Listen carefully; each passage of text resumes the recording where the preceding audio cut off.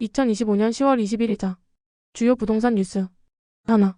집값 안정되면 그때 사라 발언 논란. 정책을 통해 집값이 안정되면 그때 사면 된다. 이상경 국토교통부 1차관이 한 발언입니다. 그런데 한편에선 배우자가 분당 아파트를 약 30억 5천만 원에 매입하고 전세 보증금 14억 8천만 원을 끼운 갭투자 정황이 확인됐습니다. 국민의 주거 걱정 속에 나온 발언과 실제 투자 행위가 맞물리면서 말과 행동이 다르다는 비판이 커지고 있습니다. 둘. 오세훈 시장의 보유세 경고.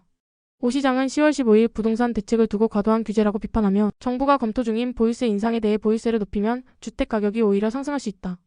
신중해야 한다고 밝혔습니다. 세수 확보 차원에서 보유세를 강화하려는 움직임이 있는 가운데 시장에선 세금 인상이 독이 될 수 있다는 우려가 나온다는 것이 핵심입니다. 셋. 우리가 왜 강남과 동급이냐 규제받는 노도강 불만. 이른바 노도강노원도 본강북 지역은 올해 집값 상승률이 매우 낮음에도 불구하고 규제 지역으로 묶여 대출거래 제한을 받고 있습니다. 예컨대 노원구는 올해 상승률이 1.15%에 불과했습니다.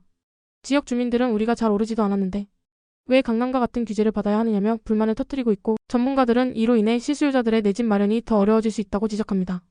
넷. 시장 숨 고르기 공급 대책이 뒤따라야. 이번 10월 15일 부동산 대책 등으로 시장의 급한 불은 껐다는 평가가 나옵니다.